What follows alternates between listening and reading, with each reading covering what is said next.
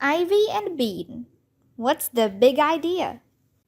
By Annie Barrows and Sophie Blackhall. Rice and Bean. McAdam had made a battery out of a lime, a penny, and a paper clip.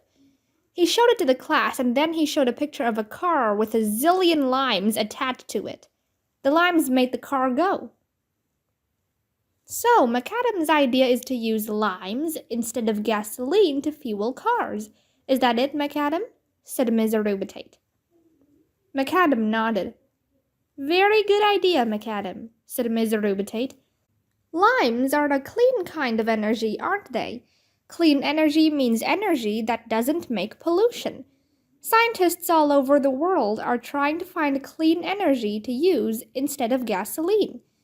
Can anyone think of another kind of clean energy? Bean and Ivy exchanged looks. How come they hadn't thought of limes? How come McAdam had? Must be something in the dirt, whispered Bean. McAdam liked to eat dirt. Yes, Bean, can you think of another kind of clean energy? Miss Erubitate said eagerly. What? Clean energy? She should know this. Bean panicked. Rice, she yelled. Rice? Miss Erubitate looked surprised and interested.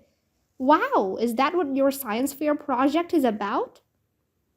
Bean didn't know what to say. Yes, she yelled. Rice energy! It's clean! She couldn't stop yelling. Ivy was looking at her like she'd lost her mind. Ivy and I have discovered rice energy. That's great, girls, said Miss Erubitate. I'll be excited to see that. Me too, muttered Ivy. That afternoon at Bean's house, Ivy was the lookout. That meant she stood outside the kitchen door watching for Bean's mom. If Bean's mom came along, Ivy was supposed to fall on the floor and screech. Inside the kitchen, Bean was standing on the counter. She was looking through the cupboards trying to find rice. No luck. She wished she had said she was going to make chocolate chip energy. She knew where the chocolate chips were. Crackers, more crackers, walnuts, ugly dried lumps she had never seen before, oatmeal, rice. Bean grabbed a handful and stuffed the package back on the shelf. Got it, she shouted to Ivy. Ivy zipped into the kitchen. Bean jumped to the floor and held out her hand. There it was, a bunch of rice. There was no way they were going to get a certificate of scientific achievement for rice. If only she had kept her mouth shut. What the heck are we going to do with this? She said. Ivy looked at the grains and her eyes got narrow. There was this lady, she began. Who? Bean interrupted. Lisa something, said Ivy. She was a scientist. I read about her in my famous Women of Science book. She said you could get energy by breaking stuff into bits. Cool, said Bean. Why don't we just break some glasses then? Ivy frowned. Not those kind of bits. Tiny bits. In the book, she said atoms, which are really tiny bits, but I bet it would work with rice too. She said there was lots of energy inside tiny things once you broke them. It was a weird idea. When Bean broke stuff, it just lay there broken. It didn't start jumping around energetically. Bean looked at the rice in her hand. It didn't seem like there could be anything inside rice except more rice, but it was worth a try. I'll go get some hammers. Grand slam. Bean thought her mom might not be happy if they hammered rice on the dining room table, so she and Ivy went outside. They found a board in the garage and laid it down on the grass. Bean and Ivy each took a grain of rice and set it on the wood. Then they slammed it with their hammers as hard as they could.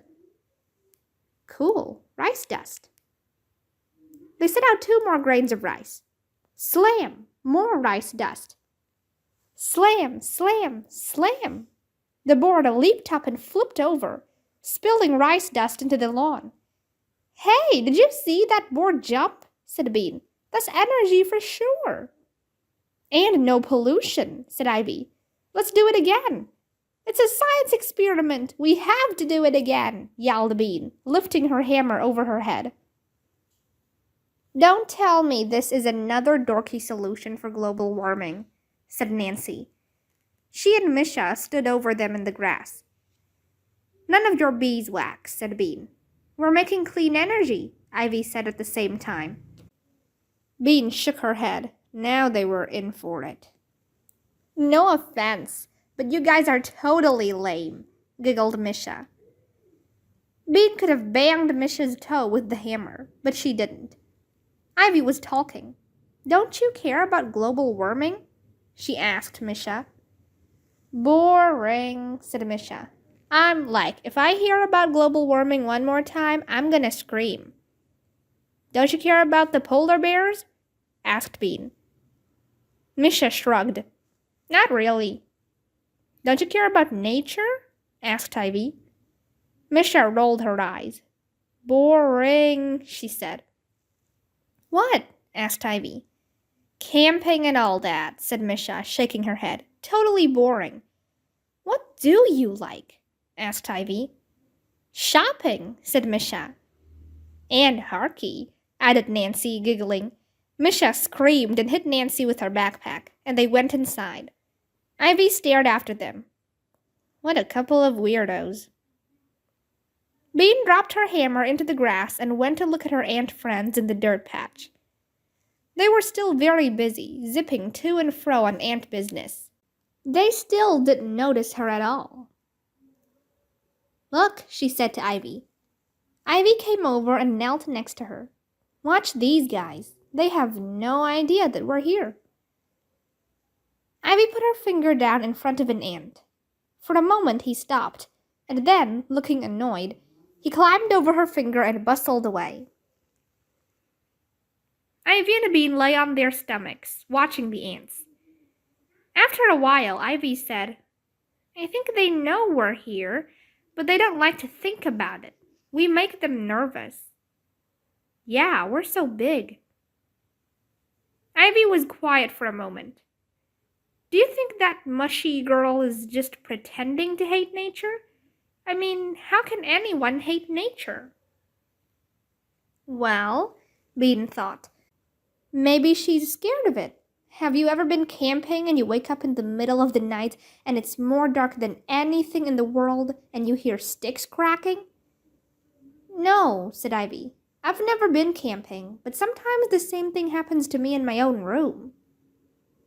Bean nodded. She knew what that was like. One time when we were camping, we thought we saw a bear, and my mom freaked out. She ran to the car and made my dad drive us home, even though we were supposed to stay another night. She couldn't take it. Nature freaks her out. My mom is always thinking I'm going to get poison oak and ticks when I go outside, said Ivy.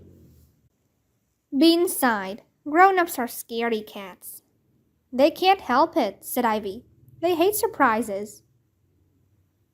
A long line of ants made its way past Ivy and Bean. They looked so sure of themselves. But Bean knew that if she dripped water on them, they'd go nuts.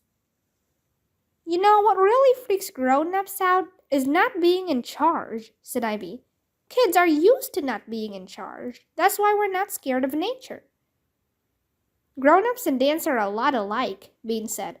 If they relaxed a little, they'd have a better time, said Bean. Ivy rolled over onto her back and looked at the sky.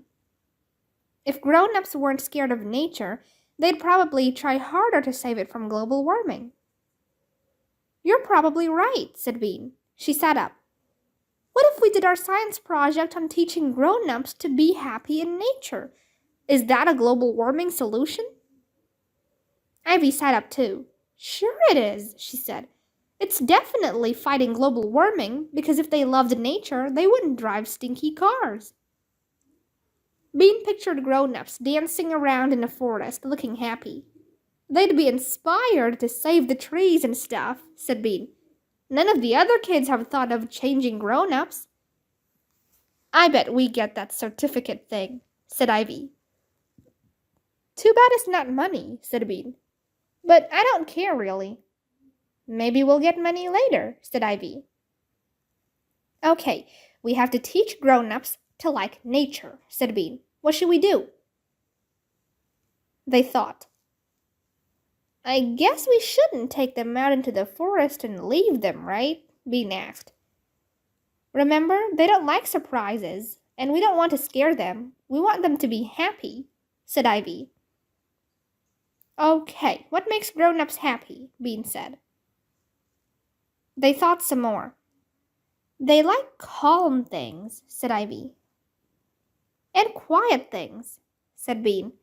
Grown-ups were forever telling her to be quiet. And pretty things, said Ivy.